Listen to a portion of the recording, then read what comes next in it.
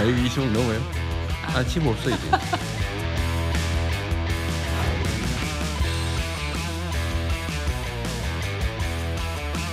총리님 말씀 좀 드릴까요? 국민 대토론회가 있으니까요. 시장님 주실 거는 서류로 받도록 하겠습니다. 네, 그러면 네, 방금 그러면 전에 이 부분에 대해서는 원안대로 접수하겠습니다. 총리님, 방금 전에 서울시가 준비한 보고서를 전달을 드렸습니다. 네네. 오늘 뭐 발언 기회를 안 주실 것 같으니까 그 보고서 내용으로 오늘 대체하겠습니다. 네, 잘 참고. 네, 그 보고서 서울시의 재건축 재개발이 현재 어떻게 진행되고 있는지 공급 물량이 많이 부족하다고 하는데 왜 그렇게 됐는지 현황 보고도 좀 넣어서 해주십시오. 네, 들어있습니다.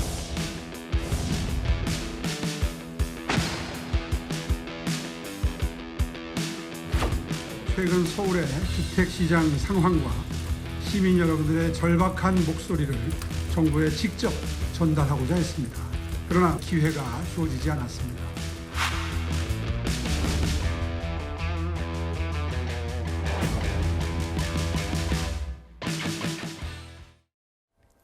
오세훈 서울시장이 어제 첫 국무회의에 참석을 했습니다. 이 자리에서 오세훈 시장은요, 이재명 대통령을 향해서 발언을 요청했는데요. 하지만 한성숙 국무총리가 중간에서 이 발언 기회를 미뤘습니다. 이걸 두고 국민의힘에서는 비판이 거세게 나오고 있죠. 이재명 대통령이 직접 오세훈 시장 당선을 축하를 하는 발언도 있었는데요. 이때 다시 한번 오세훈 시장이 정책 관련 발언을 시도하기도 했는데요. 어떻게 됐을까요? 영상 보시죠. 오 시장님 당선 축하드리고요. 아유, 감사합니다. 오랜만에 오셨는데 간단하게 인사 한 말씀 하십시오. 대통령님, 총리님, 그리고 국무위원 여러분, 정말 노고가 많으십니다. 오랜만에 국무회의에 들어왔습니다. 그동안 서울시의 주택행정 관련해서 네, 그 얘기는 나중에 하시죠. 뭐 하고 싶었는데 다시 한번 강조해서 말씀드립니다. 말씀드릴 기회를 주셔서 정말 감사드립니다. 고맙습니다. 네, 아까 말씀드린 대로 그 재개발 재건축이 왜 그렇게 많이 지연되고 있는지 뭐 이런 것도 소상하게 주시고요. 작성해서 그러십시오. 보고서에 담겠습니다. 광주 전남 특별시 우리 민영배 시장님도 오셨는데 당선 축하드리고요. 자, 보신 것처럼 오세훈 시장은 부동산 정책과 관련해서 하고 싶은 말이 있었던 겁니다. 그래서 발언을 요청한 건데요. 국무총리가 앞서 발언을 미룬 것에 이어서 이재명 대통령도 역시 다음 기회에 발언을 하자라고 미룬 겁니다. 자, 오세훈 시장 들었던 것처럼 섭섭하다는 입장을 내기도 했고요. 국민의힘에서는 비판이 쏟아졌습니다. 들어보시죠. 최대한 요약을 해서 설명을 드리고 보고서를 참조해달라 이렇게 전달을 할 생각이었는데 상당히 섭섭합니다. 고의적인 패싱이 아니냐 이런 말씀이 있었지만 굳이 그렇게 보고 싶지는 않습니다. 필요한 때에는 앞으로도 국무회의 참석을 적극 고려할 생각입니다. 야당 시장이 사전에 보고서까지 전달하며 정중히 양해를 구했음에도 발언 기회조차 주지 않고 무시한 처사는 행정부 2인자로서의 품격과 자질을 의심케 합니다. 정권의 부동산 실패로 피눈물을 흘리는 천만 서울 시민과 국민 전체에 대한 명백한 패싱이자 오만한 선전포고입니다. 국민의힘에서는 서울시장 패싱이다, 입틀막이다 뭐 이런 비판까지 하고 있는데요. 이재명 정부에서 다음 주에 부동산 관련 대토론회도 예정돼 있습니다. 관련 준비를 위해서 정부가 각 부처와 연쇄 토론회까지 하고 있는 상황인데 그럼에도 불구하고 왜 부동산 관련 발언을 막았느냐. 이거는 문제가 있다라는 비판인 건데 그에 앞서서 제가 하나 여쭤보겠습니다. 일반 국민들 입장에서는 저런 국무회의 분위기가 어떤지는 사실 상세히 잘 모르잖아요. 그럴 때 저렇게 발언을 하면 뭐 바쁘니까 할 게 많으니까 좀 미룰 수도 있는 건지 아니면 패싱인 건지 어떻게 보세요, 의원님? 제가 볼 때는 오히려 오세훈 시장한테 망신을 준 것 같아요. 그러니까 저런 식의 회의 방식이라면 사실 처음부터 공개를 하지 말았어야 됩니다. 지금 이제 TV로 앞부분을 다 공개했는데 그 공개 와중에 사실 오세훈 서울시장은 거의 1,000만에 가까운 서울 시민을 대표하는 그런 그 공직자 아닙니까? 네. 그런 상황에서 주택에 대해서 사실 지금 서울시의 주택 문제, 부동산 문제가 가장 심각한 거 아닙니까? 네. 그렇다면은 서울시장이 그런 얘기를 아무리 그 보고서 형식의 그런 자료 제출도 했겠지만은 네. 어차피 공개된 그런 회의라면은 말이죠. 네. 그 발언하는 것 자체를 저렇게 막아버리면 보는 사람 입장에서 굉장히 좀 불편해요. 네. 저는 굉장히 좀 불편했습니다. 네. 아마 많은 국민들이 저 모습을 보면서 야, 이거 서울시장하고 결국 총리 또 이재명 대통령하고 역시 사이가 안 좋고 근데 그런 모습을 저렇게 적나라하게 보일 필요가 있을까요? 아하. 좀 주택 문제가 그렇게 심각한데 네. 그리고 대통령까지 또 나서가지고 축하 인사 차라리 시키질 말던지 말이죠. 아하. 이렇게 말문을 막는 거에 대해서 굉장히 전 불편했습니다. 네. 일단 부동산 정책과 관련해서는 서울시가 추진하는 부동산 정책과 정부의 부동산 정책이 결을 조금 달리하는 건 이미 알려진 바였습니다. 하지만 이렇게 발언 요청까지 거부당하고 오세훈 시장은 이 관련해서 주택 공급 관련 건의 사항들을 바로 서면 제출을 하기도 했는데요. 청와대는 면밀하게 검토하겠다라는 입장을 냈습니다. 청와대에서도 뭐 그냥 거절을 하거나 묵살을 한 건 아니죠. 검토를 하겠다는 입장을 밝힌 건데 하지만 오세훈 시장 앞으로 국무회의 때마다 참석해서 지속적으로 건의하겠다. 뭐 이렇게 또 입장을 밝히기도 했습니다. 일단은 뭐 망신주기 아니냐라는 비판에 대해서는 해석을 좀 달리 하실 것 같은데요. 네, 뭐 정권마다 좀 상황이 좀 다른 것 같아요. 네. 과거 정권에서도 야당의 서울시장이 또는 야당의 국무위원급의 의원이 배석하는 경우가 많이 있었습니다. 네. 뭐 이번 같은 경우에는 그래도 불러도 주고 또 인사말도 시키고 이렇게 했는데 사실 전 정권 때는 전현희 위원 같은 경우에는 아예 오지도 못하게 막았었잖아요. 네. 자, 그렇게 보면 정권 때마다 분위기가 많이 다른데 저는 불러놓고 말 못하게 하니까 섭섭한 거는 할 것 같아요. 보기에도 그럴 것 같긴 한데 네. 그러면은 다음에 국민의힘에서 대통령 되시면 특히 오세훈 시장님 대통령 되시면 다음에 야당 시장 발언권도 좀 주시고 네. 좀 이렇게 조금 더 발전된 모습을 보여주시면 어떨까 좀 그런 생각도 들고요. 억울하면 정권 잡아라. 그래서 다음 서울시장에게 발언권 많이 주시는 모습 네. 국민들한테 꼭 보여줬으면 좋겠습니다. 네. 그리고 부동산 관련된 거는 사실 네. 뜨겁죠. 네. 뜨겁고 풀기 어려운 숙제입니다. 네. 자, 그러다 보니 얘기가 길어질 수밖에 없고 네. 이미 서울시장 된 오세훈 시장과 민주당 정부의 이 대책과 진단과 대책이 굉장히 다르다는 거를 네. 모르는 국민은 없다고 봐요. 좀 그런 점에서 23일 대토론회가 잡혀 있으니 네. 그 얘기는 나중에 좀 따로 합시다. 이렇게 한 건데 너무 섭섭해하지 마시라. 이런 말씀 드리고 싶습니다. 너무 섭섭해하지 마시라. 네.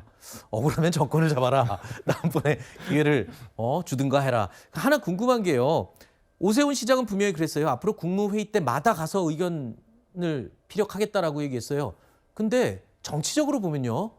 오세훈 시장이 대통령과 또는 국무회의에서 자꾸 저렇게 대립각을 세우면 오세훈 시장 이 체급만 높아지는 거 아닌가요? 나쁠 거 없죠. 그렇죠. 근데 아까 제 영상 정확히 모르면 봤을 때는 필요할 때마다 가겠다고 했거든요. 그러니까 매번 가겠다고 한 것 같지는 않아요. 네. 오세훈 시장도 본인의 지금 저희 민주당에서 비판하는 포인트를 알 겁니다. 왜냐면은 1년이 넘는 기간 동안 50번이 넘는 국무회의 결석했습니다. 네. 결석했던 학생이 갑자기 나타나가지고 네. 지금까지 50번이 넘도록 논의해왔던 진행시켜왔던 것과 정반대되는 얘기를 갑자기 하겠다고 손을 들어요. 네. 발언권 바로 줘야 됩니까?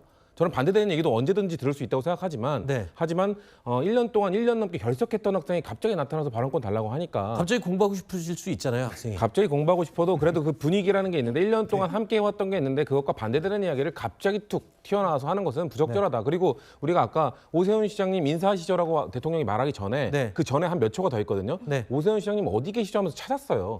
굳이 발언권을 주기 위해서 그래도 찾은 겁니다. 그래서 대통령이 입틀망을 했다기보단 그래도 처음 오셨으니까 인사할 기회를 줬는데 거기에 갑자기 다른 이야기도 하려고 하니까 그러니까 좀 막았다는 걸로 봐주시면 될 것 같아요. 그러니까 앞에 부분에 보면 또 그런 것도 있잖아요. 다른 지자체장에게 당선 축하 인사, 또 여당 인사였죠. 인사도 하고 하니까 이게 뭐 어떤 발언권을 준다기보다는 두루두루 축하 인사, 덕담을 하는 그런 순서였기 때문에 발언은 좀 부적절한 게 아니냐. 뭐 이렇게 또 이해를 할 수도 있거든요. 저는 어제 저 국무회의에서 오세훈 시장에게 인사 한 말씀 하시라라고 말씀하셨거든요. 사실은 주인공은 오세훈보다는 그 뒤에 발언권을 줬던 민영배 광주 전남시장이 아닌가 생각을 했습니다. 이제 그 어제 대변인님 국무회의 같은 생각에. 경우에, 왜냐하면 어제 국무회의 같은 경우에는요, 국무위원들뿐만이 아니라 광역지자체장들 중에서는 오세훈 시장과 그리고 민영배 시장 2명만 참석을 했거든요. 지금 광주 전남 특별시 같은 경우에는 이번에 새로 출범을 한 것이고.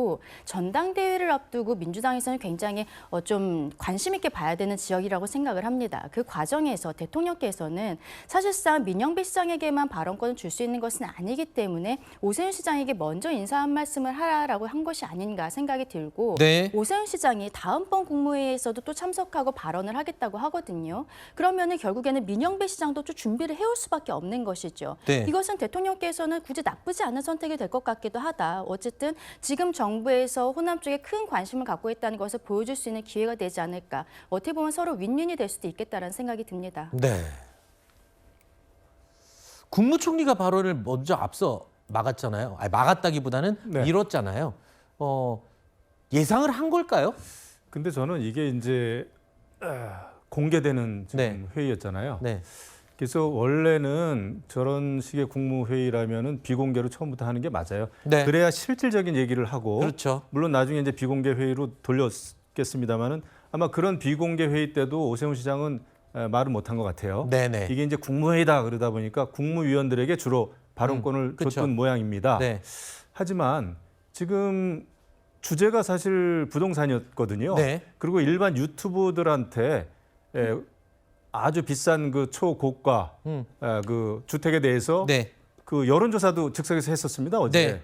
그런 정도라면은 서울시장 그 부동산 문제의 중심에 있는 서울시장 얘기도 들어봄직한데 그러니까 하고 싶은 얘기만 하겠다는 거예요.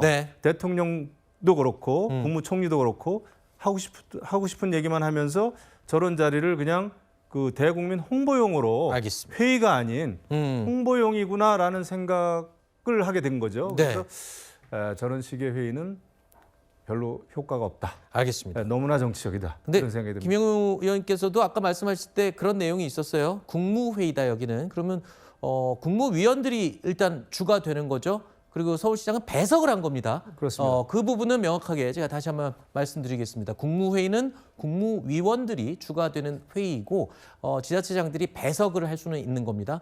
그런 부분을 감안해서 상황을 다시 한번 판단을 해보시기 바랍니다.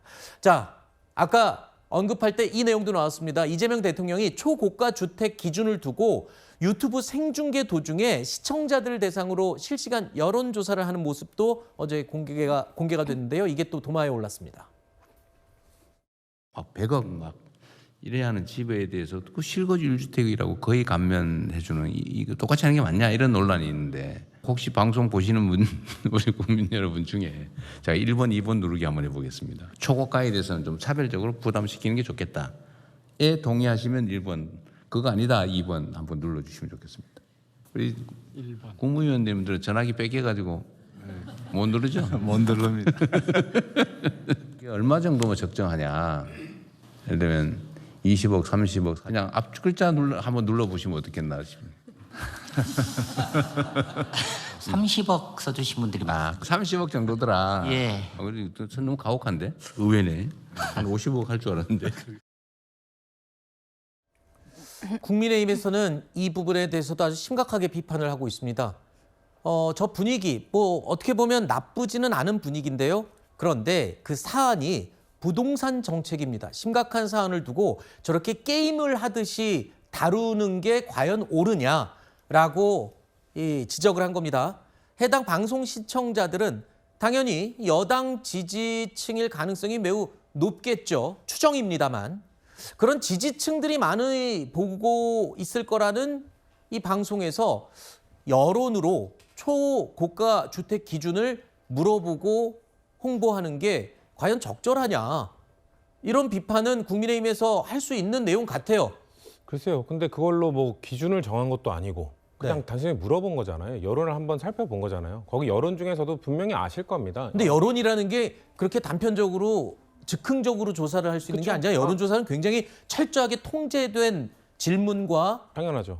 수치와 상황을 가지고 결론을 내잖아요. 그러니까 우리가 여기서 여론조사를 다룰 때도 함부로 수치를 얘기할 수 없는 그렇죠. 게 수치를 얘기하는 순간 몇 월 며칠 몇 네. 명 이거 다 얘기해야 되잖아요. 맞습니다. 지금 동무회의에서도 그냥 지금 그 동시 접속한 사람들에 대한 그것만 살짝 살펴본 거지. 뭐 발표할 때 그때 국무회의 때 유튜브로 뭔가 물어보니까 이런 기준이 나왔다. 그러니까 이런 기준에 의해서 뭘 한다. 이런 걸 한 건 아니잖아요. 그렇기 때문에 그리고 대통령이 이제 부동산 관련 토론을 많이 하실 겁니다. 네. 그때는 지금 민주당 이재명 정부가 계속 간담회나 토론회나 하는 모습 보면 기자간담회 할 때 보셨잖아요. 네. 질문자도 정해놓고 하지 않고 네. 정말 즉흥적으로 다 받아냅니다. 그렇기 네. 때문에 부동산 토론회 때도 아마도 국민의힘 성향인 분들도 와가지고 날카로운 질문, 날카로운 지적 해주실 거기 때문에 그때 대통령이 어떻게 답변하는지를 봐주시면 진정성을 느끼실 수 있을 겁니다. 지금 설명이 이렇습니다. 저건 여론조사가 아니다. 여론조사가 아니라 그냥 살짝 분위기만 살펴본 거잖냐 이렇게 얘기를 하는데요. 저는 어제 저 영상을 보고 굉장히 참담함을 느꼈습니다. 네. 대한민국 국무회의의 수준이 저 정도밖에 되지 않는가? 많은 국민들께서 그렇게 생각을 하셨을 거라 봅니다. 왜냐하면 초고가 주택에 대한 기준이라는 것은 적어도 국토부 장관이 이런 부분들을 가지고서는 있습니다라고 먼저 설명을 하고 그리고 거기에 대해서 만약에 여론조사가 필요하다면 정부 측에서 정식으로 해야 되는 것이죠. 저렇게 장난하듯이 얘기를 하는 것 1번이냐 2번이냐 찍어달라. 그리고 30억밖에 안 돼요. 한 50억은 될 줄 알았는데 대통령께서 장난식으로 말씀하시는 저런 것들이 지금 대한민국의 정책 기준이라는 것이 이런 것들이 일관되지 않구나라는 생각을 국민들께서 가지실 수밖에 없는 것이거든요.